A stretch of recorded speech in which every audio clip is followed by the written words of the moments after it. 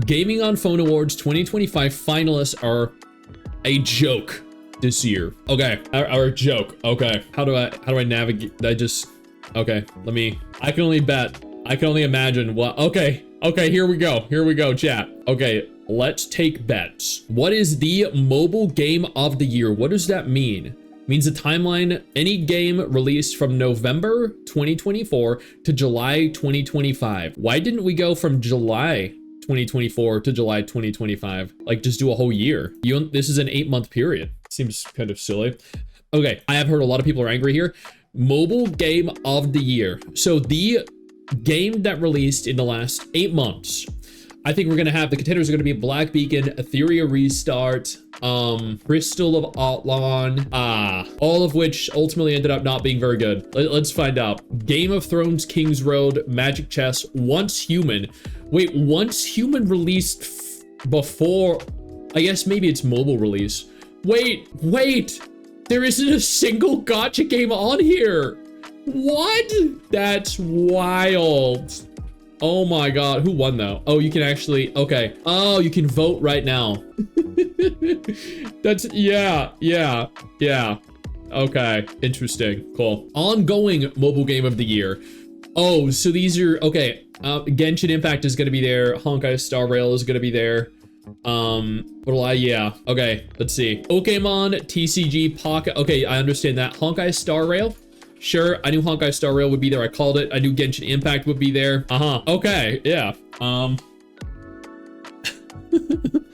So I expected Arknights maybe. I expected Nikke maybe. I expected Wuwa maybe. But no. Yeah, these are very skewed to a certain demographic of. I mean. All right, cool. Yeah, again, I understand why they're saying the finalists are a joke, but honestly, Genshin and Honkai Star Rail should be up there. They should. I think also there should be other games up there too that are not. Indie game of the year. I don't recognize any of those. Premium mobile game. Okay, I don't actually play premium games. Yeah, none of these look at all familiar to me. The innovative. Okay, I don't know any game, mobile or gacha, that is innovated this year. Those are trash, like War Robots, Whiteout Survival. Did they pay for their nominee? They very well could have, yeah. Money, quality, oh yeah. Okay, we got the innovative game of the year. Dredge, Blaze Blue, Entropy Effect, Super Farming Boy, Miniatures, a story. Okay. Mobile game community, it better not be Hoyoverse. It better not be Hoyoverse. No. I swear to God, chat. If Hoyoverse gets even nominated, this whole thing is fucking scripted. Okay, y'all ready? No fucking way. Best gacha community. Who did this?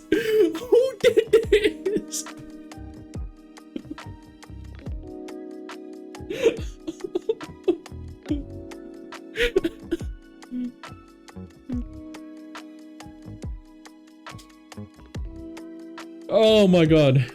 So Wuthering Waves is here.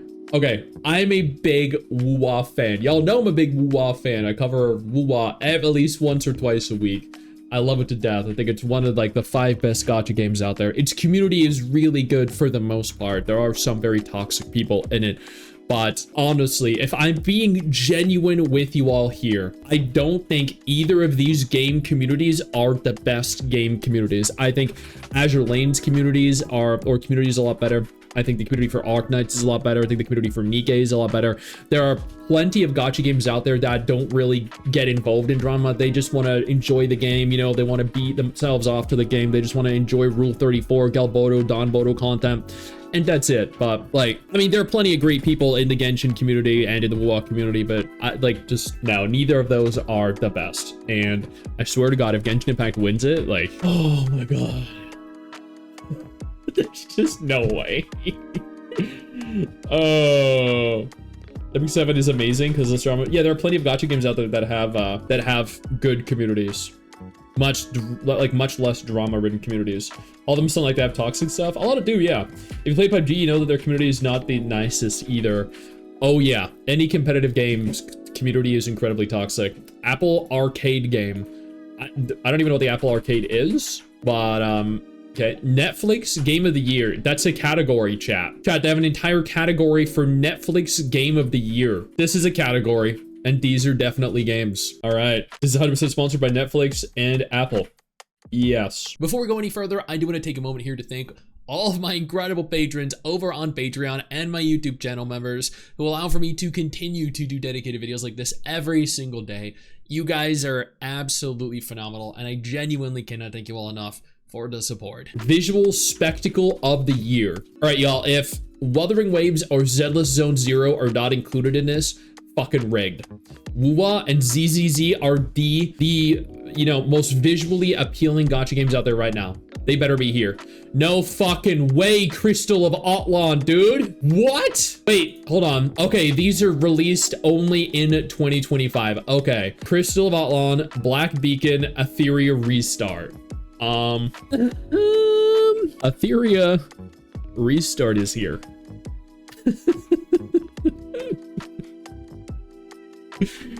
Subnautica, maybe. Yeah, Crystal of Black Beacon, the combat was good and like the character models were good, but come on, Etheria Restart was a graphical mess. Yeah, I feel like I didn't hear a single person, you know, actually state verbally that the game was a visual spectacle. Mobile game adaptation, there isn't one. Nope. Haikyuu Fly High is a fucking abomination. Jujutsu Kaisen Phantom Parade, admittedly, I didn't really like. It was it wasn't terrible. It didn't vibe with me, and I never played it beyond the intro because I just got bored. But no. Most anticipated mobile game of the year. Most anticipated. This is so damn mid. Yeah. Can we get rid of the award? We really should, right? I don't understand the nomination process. Neither do I.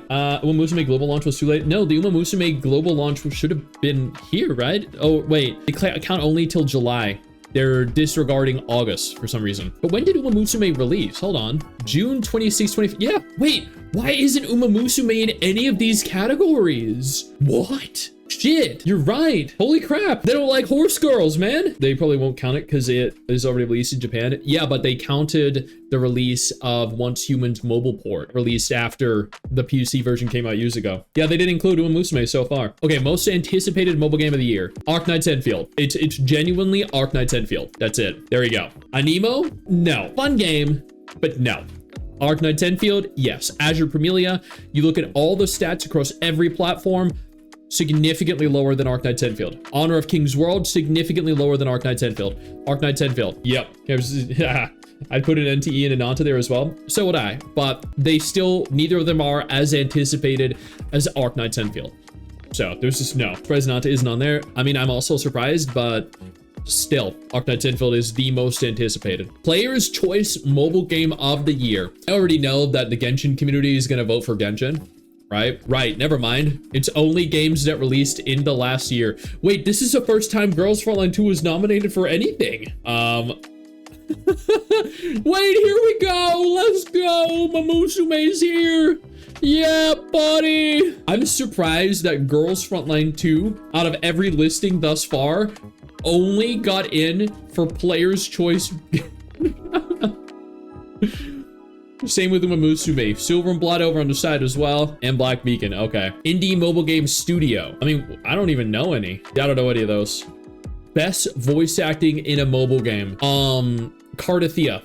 Cardathea from Wuthering Waves. Hey, and there we go. Yeah, buddy. Chat, we got Amanda Rochelle for Cardathea herself. Yes, she is on there. Yes, she is. Jimmy Yamaguchi for ZZZ. Rebecca Henson for Eve and Nikke, the collab. Okay, it's pretty good. Honestly, though, Finan from Honkai Star Rail did a great job. I think Katiana for Mavika and Genshin did a fantastic job. Eve, fantastic. Jimmy, fantastic. But Cardathea nailed it. I mean, a lot of them are all great voice actors. All did fantastic work, but Cardathea nailed it. Number one. Mobile game update of the year. Wuthering Waves 2.0, Wuthering Waves 2.2, Wuthering Waves 2.4, Wuthering Waves 2.5, Wuthering Waves 2.6. I mean, hello? There we go. Yeah, I knew it was coming. I don't know about the Honkai Star Rail 3.0 update. I remember there being some drama around that. So I guess this is only counting major updates though. But yes, Agreed. I don't know like half the other games there. So Honkai Star Rail 3.0 was mixed. Yeah, that's what I heard. But 2.0 for Wuwa actually brought in more people than any other version to date. Mobile esports game, none of us really care. Esports team, none of us really care. Esports player, none of us really care. Video game creator of the year. Kudo. Oh, like content creator. I have no idea who the fuck those are. Wait, hey, Brax is there. Never mind, I know who Brax is. Wait, okay, cool. Brax got nominated for a mobile video game creator of the year. Nice. He does some of the best guides in gacha chat by far. I only know Brax. Yeah, same here. He's the only one any of us know. Yeah. Mobile game dev of the year. Kudo. Kudo Games. What the fuck is this list of games or game developers? What the fuck is that? NetEase? Why is Netmarble here? Netmarble, the people behind Seven Deadly Sins Origin, the people behind every single pay-to-win Korean MMO that has released in the last several years. Bandai Namco. Bamco. Ew. Ew. Yes. Ew. Audible. Ew. Audible. Yeah. This. Yeah. This. Yeah, that was bad. That did not taste good. That is just that is why. No Hoyoverse, no Kudo. Moonton is also very predatory. Yes, they are some of the most predatory that I've heard. Mobile game publisher of the year, Kudo Games. I'm gonna be honest, who the fuck are most of these people? I know Yostar, they're actually sponsoring me. Interestingly enough, for Stella Sora, I'm gonna do 2 different sponsored videos. Level Infinite, I also know because they're the publishers for Nikke. So that's it. I don't know who the other people are. Best IP crossover of the year. Devil May Cry Devil May Cry 5 with Punishing Grey Raven. That better be there. Devil May Cry 5, Punishing Grey Raven. If not that, if that isn't there, and if the Nikke and the Stellar Blade collab is also not there, I swear to God, if Ether Gazer and the God Eater collab is not there, I swear to God, man. Reverse 1999 and the Assassin's Creed collab, those are all phenomenal collabs. The Honkai Star Rail and the Fate Stay Night collab, an abomination. I swear to God, the Honkai Star Rail is not there. It's not there, but all the other 4 I listed are, right? What the fuck is this? Genuinely, what the fuck is this? What is Free Fire X Naruto Shippuden? What is Monopoly Go Star Wars? This does not deserve to be here. This right here does not deserve to be here at all. I love Saber and Archer. No. Okay, Nikke, Stellar Blade, that definitely deserves to be there. It definitely deserves to be there. But the Assassin's Creed Reverse 1999, the Punishing Grey Raven, Devil May Cry 5, they both deserve to be there too. Yeah, this is an ew. A very big ew. Punishing Grey Raven, Devil May Cry 5 was snubbed, yes. The gripe we had was that there weren't more voice lines for Dante and Virgil. Understandable. But the Hoyo Shields will vote for the Honkai Star Rail update. I know a lot of people that were actually upset with the Star Rail crossover, but they still will vote, yeah. Nobody cares about the advertising service provider, mobile game analytics tool, payment service provider, blah, blah, blah. QA localization service, blah, blah, blah. PR marketing team. I'm curious, what does this consist of? Hoyoverse. Yeah, Hoyoverse definitely deserves to be there as the best PR and marketing team of the year because they actually devote the most money and resources to botting all their content creators and their videos. So for reference, chat, I just want to, let me give you a little example of what I mean here. Okay, let me show you how I know they bought content creators. I'm never going to be sponsored by Hoyoverse ever again, so that is perfectly fine. All right, totally fine. I don't expect to ever be sponsored by them ever again. I did a sponsored Honkai Star Rail video for them. Okay, and I want you to take a look here at these stats. Okay, you thought it was common knowledge? Yeah, but how often do people actually provide visible proof? So here at the views it got day 1. Okay, this is how many views my video got day 1.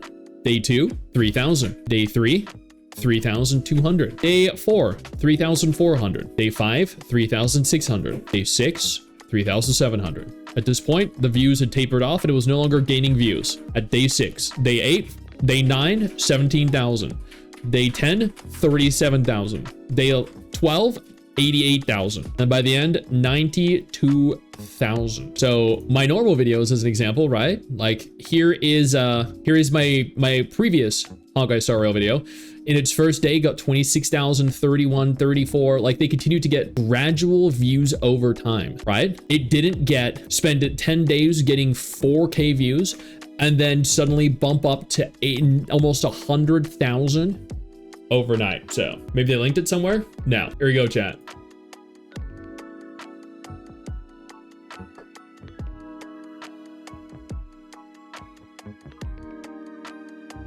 So the reason companies do this is so it gives a false impression of how something is doing. So let's say, as an example, right, you look at that and you think, oh wow, Stix's Honkai Star Rail video got 100,000 views. That means it must be really popular, right? If it only got 3K views, it's evident that nobody gave a fuck about it. External development, what is that? I don't know. So that is it. Those are the gaming awards from Gaming on Phone 2025. Why did they say it was a joke? Best IP crossover, no hate with Reverse 1999 to play the game, where's Devil May Cry XPGR, massive defender of Honkai Star Rail, and even I can't argue for the crossover. Seems like a biased crap. Yeah, so there you go. That was genuinely a joke, an actual fucking joke. I know you think that you just hit the end of the video, and technically, yeah, you have. And I know your first reaction is to close out of it at this juncture, but don't.